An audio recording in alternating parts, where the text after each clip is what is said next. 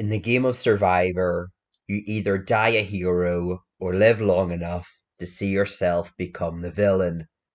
Or you get voted out pre-merge in the second season of Survivor, then participate in a Batman cosplay and win that season. To each their own.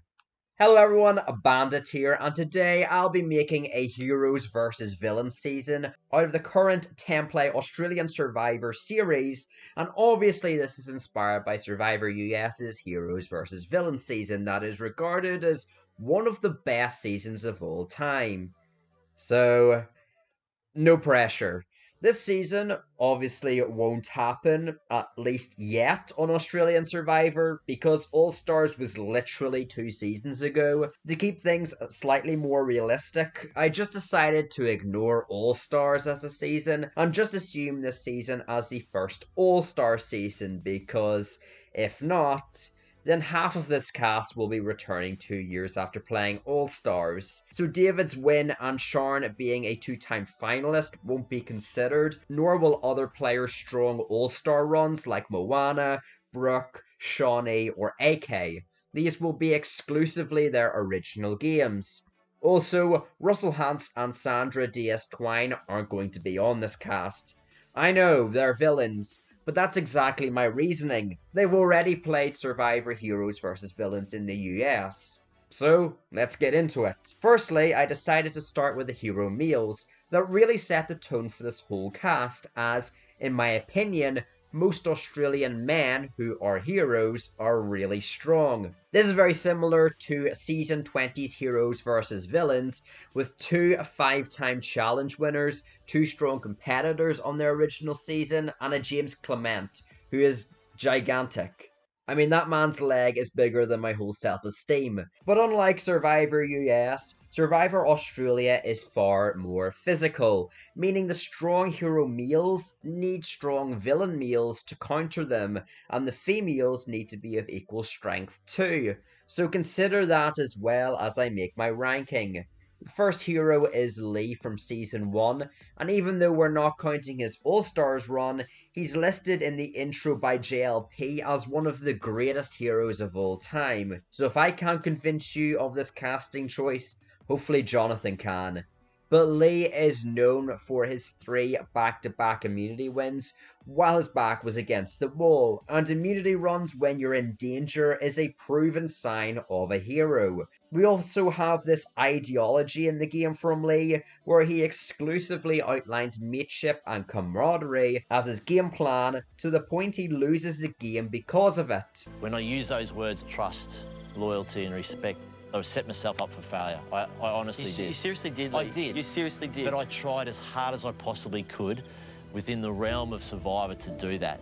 Not to mention, he is even referred to as one of the good guys, along with Sam when trying to save Kate. Then we have Lockie, another strong man who yet again won 3 immunity challenges between the final 8 to 6. Unlike Lee, who was largely on top pre-merge, Lockie didn't have this luxury on Samatoi and was consistently on the bottom after the Amy blindside, only to flip to the 4 minority underdogs and blindside Jared. If that isn't heroic enough, then he literally tells Henry to play as idol on himself, but he refuses and is eventually blindsided. That's then also followed by fellow Season 2 player in Luke. Now I'll admit this one is slightly more shaky, as Luke's Season 2 game was devious, like his obsession to blindside the entire tribe on multiple occasions for some reason.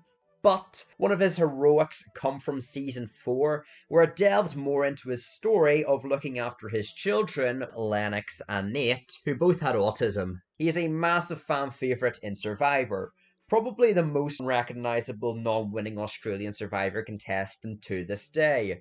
I mean, they even made a long, drawn-out, emotional tribal council for him in Season 4. It doesn't get much more heroic than that. I'm so sorry. Playing this game with you has been amazing, and I didn't think writing down a name would be so hard. Luke ultimately provides that fun, hyperactive and snarky personality that really brightens up seasons that can be as game body as these All-Star seasons.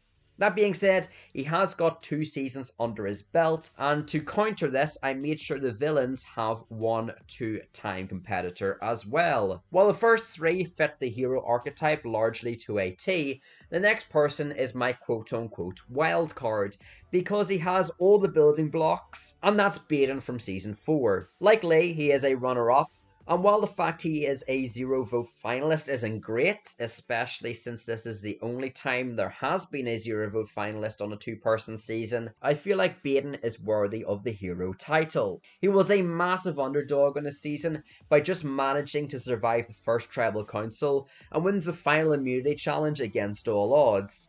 Again, considering Harry and Pia had won immunity challenges before him. But on top of that, he's the last standing contender on his season, which can lead into a strong redemption arc. On the topic of Season 4 contenders, I also decided to add Sean to the heroes, and hopefully you can see what I mean with the hero meals being stacked physically. But Sean was someone deviously outplayed by David, the clear villain of the season, early on, by giving him a fake idol for his real idol. This caused Sean to go after David for the rest of the game, and even managed to outplay 2 minority idols from him and Luke, with enough votes to split on Hannah, then eliminate her on the revote. Much like the other guys we've covered, Sean then wins merge immunity, and had he not won this immunity, he would have gotten voted out. Finally, I decided to pick a person from the most modern season of Survivor Blood vs. Water, and that is King Khan. Now, Khan did get a lot of over-the-top strategic content in the early parts of Australian Survivor, which is generally a sign of being a villain, as heroes are more so seen as emotional. However, what made me decide that Khan was a hero was the tribal that Ben gets voted out. No, not that one, this one at the final 14. At this tribal, Khan gets a lot of praise, and before coming to the tribal council, he gives up immunity to Sam, an undoubtedly heroic move. Chrissy then calls him a genuinely good bloke. Khan gets emotional and everyone pats him on the back, and with such an over-the-top positive scene, it's really hard to dispute his equity as a hero. Khan is just a genuine good bloke, and I'm stoked that I've been hanging out with him since day one.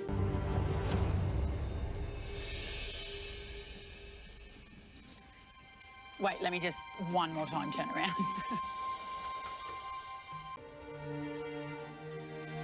God, that really touched a nerve with you. Yeah. Plus, I absolutely adored Khan in Blood vs. Water, and adds a strong bit of diversity to the cast.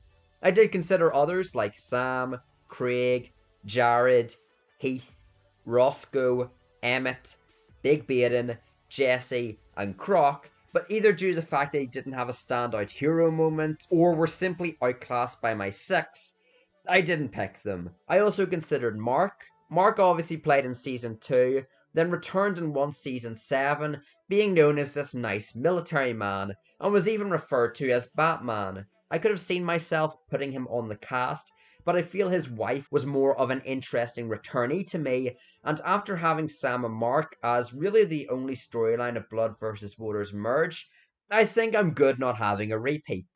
And this leads into the whole sentiment of winners. Again, we're ignoring David Jeanette winning All-Stars, resulting in 6 total winners, and I didn't include any. I just feel like the trajectory for a cast with a minority of winners like Game Changers or AS All-Stars is that they'll be voted out super early. Plus, I feel like the non-winners fill the slots better than the majority of these winners. At the complete opposite end of the spectrum, we have the female villains, which, apart from the last pick, was a really easy cast for me to make, as I feel Australian Survivor, especially pre-All-Stars, were better at casting females than males. So we begin with the original villain, the one on the thumbnail, it's Flick. And I mean, of course, she is a lock on this cast. Despite far more villainous moves occurring, her flip on Brooke was seen as a massive villain move that broke the power structure of the season. Not to mention, she also had other villainous moments, like being presented in several scenes as the popular high school girl and her rivalry with Connor. In Season 2, I know people don't like her, but that's why I picked her. It's Tara. Sure, Tara frustrated viewers during the season with her hypocrisy, childish arguing with Tessa for literal days about if she flipped or not, and general attitude, but that's a villain, no? Someone you root against and love to hate, so it'll be fun to see her in a group just as devious as her. I'm just going to be proud of the game I played, and I'm not a sheep, and I didn't follow someone who's taking me for a ride for their game. But there's also another returnee from Season 2, and I hinted at her several times before. But come on, you've got to have Sam back. To this day, I think her stealing Jesse's idol is one of the most ingenious moves Survivor, as a whole, has seen, and shows her capability of thinking outside of the box.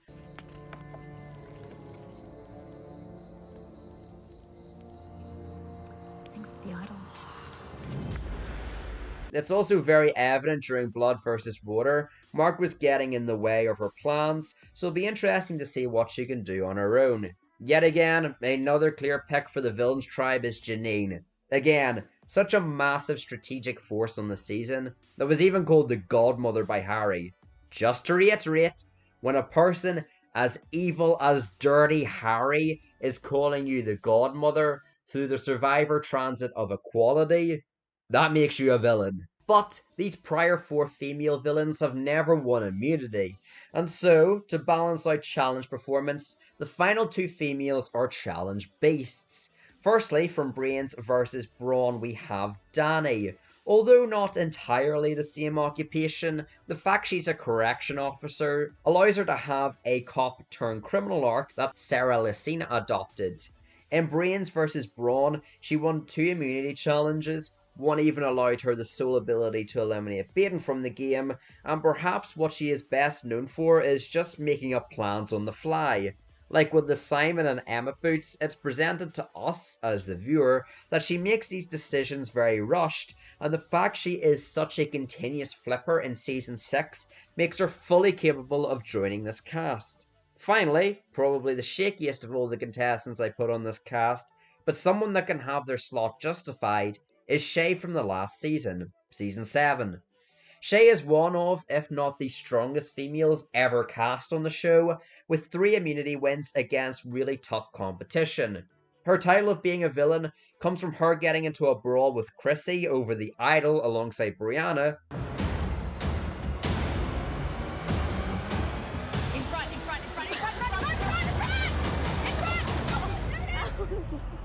Then, the next episode, not saving Brianna, and the fact she was clear opposition to Mark, the main hero of the season. Plus, it can be argued her giving an 8 only to waffle a bit and then say she's an 8.5 out of 10 at the final tribal can be seen as a villainous moment too.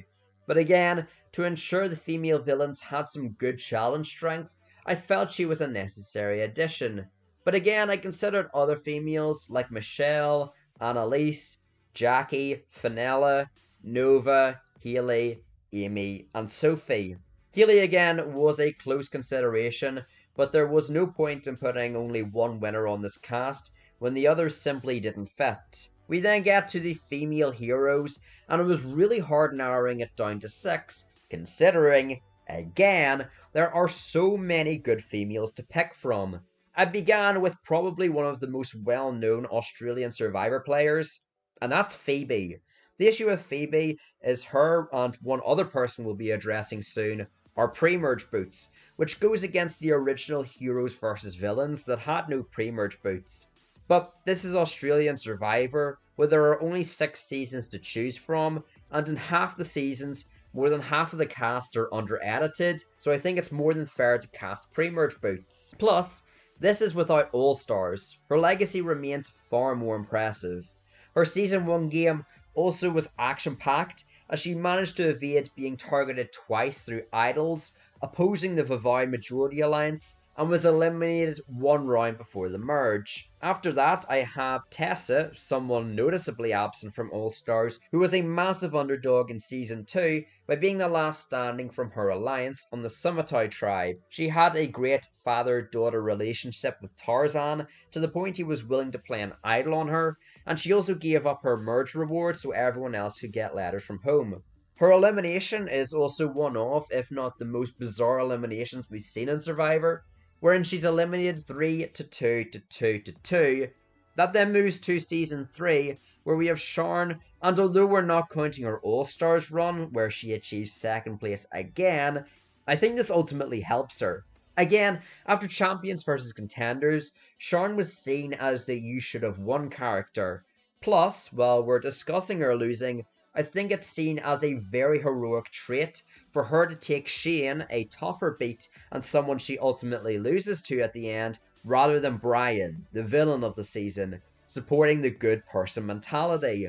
Plus, she's a challenge beast, with 4 immunity wins and counters Shay nicely, another challenge beast on the villains tribe. We then also have Shawnee, who I'll admit does lose some stock since we're disregarding All Stars, but she still has the great selling point, much like Baden, of being the last contender standing. Even on Season 3, she was seen as this very bubbly and lovable personality. This is further accentuated by the fact the females, apart from Paige on that season, are seen as the opposite to Zach, someone who is misogynistic and therefore extremely villainous. The boys are all about strength. They're all about testosterone and strength. I'm sick of them. And I can't wait to take them down. We would love to get Zach out. Zach honestly just thinks he's like God's gift to life. That's literally what it's like hanging around him. My next pick comes from Brains vs Brawn, a dark horse for a season like this in my opinion, and that is Wei. Wei was very similar to Suri in Brains vs Brawn, where she had her struggles highlighted from early, where she is this city girl having to make it in the wild. Despite struggling in challenges, she gets much support for completing the likes of the beam by her tribe mates. Way overjoyed that she made it across. Well done, Way. Watching out her first steps. As well as the fact she won a pre-merge immunity, which is labelled in the season as a very heroic moment, as it juxtaposes her previous perceived challenge weakness. Plus, she also was part of the minority alliance at merge that survives thanks to George's shenanigans. Finally, yet another pre-merge boot, but this one is more understandable, and that is Nina, who is medevaced in Blood vs Water. So firstly, we get confirmation from Jonathan that Nina will be back on the next available season, and I think she suits being a hero. Well, Nina, it has been an absolute pleasure having you out here play Survivor with us, but I have a feeling this is not the last time we're going to see you on Australian Survivor. So let's get you out of here and let's get you healed. She had a very positive edit, and upon being announced as officially medevaced, everyone becomes disheartened, with even individuals like Shay crying. On top of that, I think it would be a very fun dynamic for the daughter of Sandra to be a hero, considering Sandra was a villain on her original season. And if none of those reasons resonate with you, I just want to see how well Nina does on an actual season of Survivor where Fit doesn't fail her. So although there are 2 pre-merge boots on the hero tribe, one was one of the most popular players, and the other one was a pre-merge boot because of a medevac. I also considered a lot of women as well, like Brooke, Jenna Louise, Kylie, Sarah, Shane, Fenella, yes, I know again, Abby, Daisy, Flick, Kez, Chrissy, and KJ, but they were ultimately pipped at the post. Finally are the male villains, which were tough to cast, but only because I felt there was an archetypal pressure around the sneaky and devious gameplay style, but I'll expand on that later. Again, remember, the male heroes are so physically strong, I had to develop counters for that. The first person I picked as a result was Henry, who is a strong alpha male in the villain category that most notably lied about being a yoga instructor, but also abandoned his ally in Jackie while having the idol come the tribe swap. Oh my God, what the freaking hell are you doing? You have a choice here, and why aren't you staying with your alliance? I'll go. I need to step up for him. Oh. I seen Jackie start squirming. On top of this, he refused to listen to an ally in Loki when he was telling him to play the idol. Then we have champions versus contenders, where we have to have Benji on the cast. He was a massive presence on season 3 that tricked Shawn into playing her idol on herself and got out Matt Rogers in a 5-4 vote. No. Don't play for Matt. Karud? No, play for you. I'll play it for myself then. Shit yourself. We also have him tricking his original contenders tribe to get out Tegan, and then managed to finish off the job by voting out Heath just before the merge. Then, I also included the individual we just talked about, Matt Rogers. The issue with Matt is he's a former sports legend, so people may view him as a hero because of that factor, but, I mean, he's literally called the Godfather on Champions vs. Contenders. Plus, we already have former sports legends like Lee and Shawn on the Heroes tribe, so breaking them up helps the dynamics. But Matt was a strategic mastermind on season 3 and was such a big threat, and therefore I think it makes all the sense to put him on the evil side. From champion to champion, I also included David Jeanette.